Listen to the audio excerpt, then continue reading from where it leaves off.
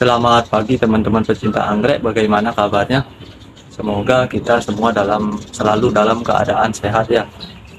Jadi berjumpa kembali di channel Lita Orchid.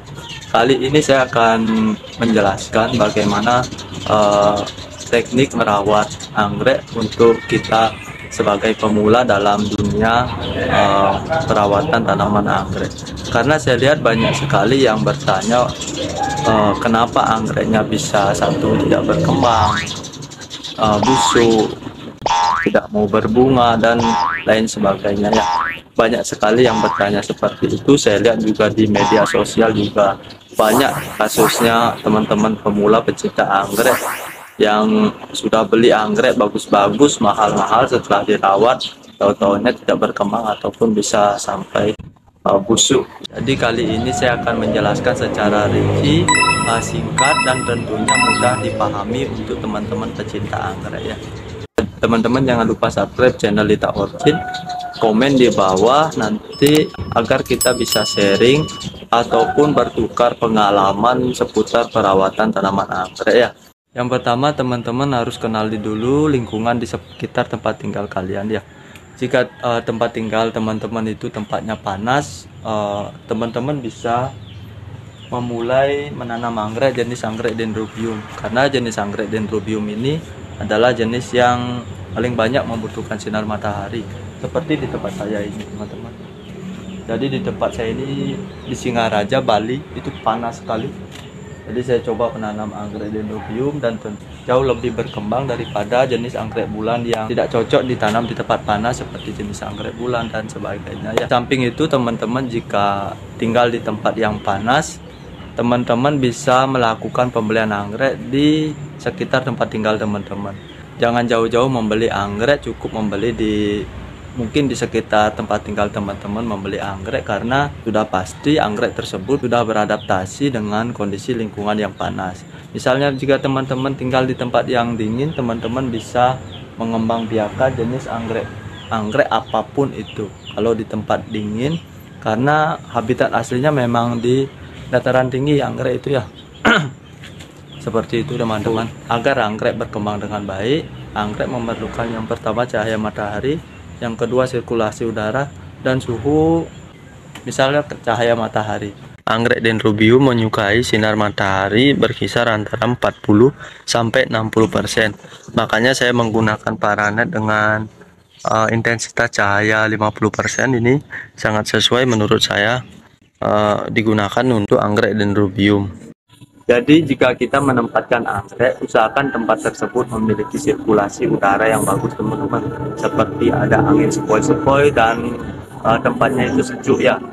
Jadi hindari area yang pengap. Selain membuat anggrek lebih cepat berbunga, sirkulasi udara yang bagus bisa membuat anggrek kita terhindar dari serangan hama, tunau dan jamur ya.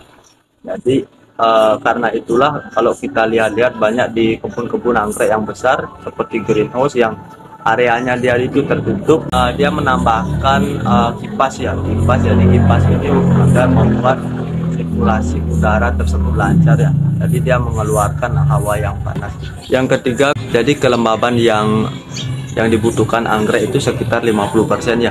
Jadi dia tidak kering dan juga tidak basah. Jika kita tidak menjaga kelembabannya dengan bagus, seperti medianya terlalu kering, nah itu akan berakibat kepada batang anggrek yang keriput, daunnya menguning dan nanti bisa berakibat mati. Begitu juga sebaliknya, jika medianya itu terlalu basah, nanti anggreknya bisa busuk, terserang jamur dan juga bisa mati. Jadi kenapa banyak sekali yang mungkin menganggap tanaman anggrek ini sangat menarik ya, karena itulah dalam perawatan tanaman anggrek dia memberikan kita tantangan agar gimana sih agar anggrek tersebut bisa hidup dengan bagus, bagaimana cara kita menyikapinya, seperti itu teman-teman. Jadi 3 poin ini sangat penting sekali. Yang pertama cahaya matahari, sirkulasi udara dan suhu atau kelembaban. Yang ketiga media tanam teman-teman. Jadi banyak sekali ada jenis media tanam seperti arang, kulit pinus, kayu fosil, moss hitam, moss putih. Jadi ada juga sabut kelapa teman-teman. Jadi banyak sekali sekitar lingkungan kita terdapat media tanam yang bisa digunakan untuk tanaman anggrek. Jadi dan semuanya bagus ya, semuanya memiliki keunggulan dan kekurangan, tidak ada media yang jelek. Nah, namun di dalam penerapannya kita yang kurang memahami karakteristik media tanam tersebut. Jadi jika kita memilih media tanam, pastikan juga kondisi lingkungan, apakah di tempat kita sering hujan, panas. Nah, seperti itu. Jika sering hujan, kita bisa menggunakan media yang poros sekali, contohnya seperti arang, kulit pinus. Nah, itu bisa digunakan. Jika kita tinggal di tempat yang kering atau mungkin curah hujannya sangat-sangat jarang sekali, kita bisa menggunakan media yang banyak menyimpan air, contohnya moss hitam dan moss putih. Intinya dalam memilih media tanam itu adalah satu, pastikan media tersebut poros, tidak menyimpan air, dan bisa menjaga kelembaban anggrek ya. Yang kedua, sesuaikan dengan kondisi lingkungan di tempat tinggal kita. Yang keempat ada pemupukan teman-teman. Jadi pemberian nutrisi sangat penting untuk menunjang proses pertumbuhan tanaman anggrek ya. Entah itu pemupukan pada fase vegetatif atau pertumbuhan, ataupun pada fase generatif atau pembungaan ya. Jadi ada dua fase dalam pemupukan dalam merawat tanaman anggrek. Nah, sebelum melakukan pemupukan, teman-teman alangkah baiknya mengenali dulu jenis anggrek yang kita tanam. Seperti di belakang ini teman-teman. Ini padahal tingginya dia sudah 1,5 meter ya. Dia sudah panjang sekali, tapi dia belum berbunga. Ada juga anggrek yang masih kecil tetapi dia sudah berbunga seperti ini teman-teman. Nah, jadi kita harus mengenali dulu jenis anggrek yang kita tanam, entah itu dia jenis karakternya memang mini ataupun dia karakternya memang tinggi besar ya. Nah, jika teman-teman punya anggrek di rumah dan anggreknya masih seperti ini, di anggreknya itu belum tutup daun ya, jadi dia masih keluar daun terus menerus. Nah, ini namanya fase vegetatif atau pertumbuhan teman-teman ya. Jadi ini harus teman-teman pupuk dengan pupuk khusus pertumbuhan tanaman anggrek. Apabila tanaman anggrek teman-teman sudah seperti ini, ya sudah tutup daun, teman-teman bisa lakukan pupuk pembungaan ya. Tips memilih pupuk untuk tanaman anggrek. Yang pertama, teman-teman pilih pupuk tersebut memang diperuntukkan untuk pertumbuhan tanaman anggrek ya. Contoh gaviota ini teman-teman. Ada dua jenis gaviota. Yang pertama gaviota untuk masa pertumbuhan vegetatif, gaviota 63 ya. Dia dengan kandungan nitrogen yang tinggi. Terus ada gaviota 67 yang seperti saya pegang ini. Ini khusus untuk pembungaan teman-teman. Jadi pupuk itu tersusun dari 3 ya.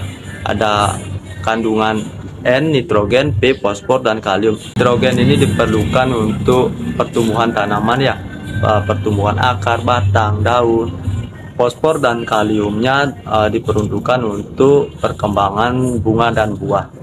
Untuk pertumbuhan masa vegetatif, teman-teman bisa pilih dengan pupuk dengan kandungan nitrogen yang tinggi. Jika masa generatif atau pembungaan, teman-teman bisa pilih pupuk dengan kandungan P dan K-nya yang tinggi. Yang kelima ada pengendalian hama dan jamur ya. Jadi bila kita merawat anggrek, tentu saja yang namanya hama seperti serangga, terus siput, belalang, seperti itu pasti akan pernah menyerang anggrek kita ya. Jadi kita harus selalu siap sedia untuk mengendalikan hama tersebut. Yang pertama siput ya. Jadi siput ini adalah hewan yang suka memakan daun, tunas, akar yang muda pada tanaman anggrek ya.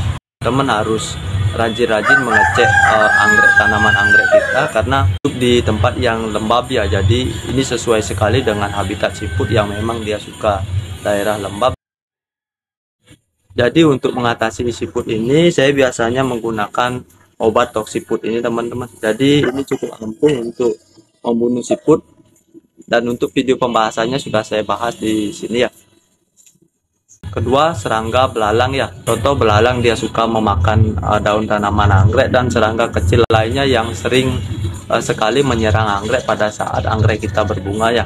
Jadi itu sayang sekali, anggrek yang kita rawat sudah bagus tumbuh baik, setelah berbunga dia dimakan. Setelah dimakan itu nanti dia bisa mengakibatkan bunga anggrek kita bisa, yang pertama itu gagal mekar tidak sempurna dan cepat layu. Ini sangat mengkhawatirkan ya, karena tujuan kita merawat anggrek adalah berbunga, tetapi setelah berbunga anggrek kita itu dimakan, nah itu pastinya menimbulkan rasa kekecewaan kita.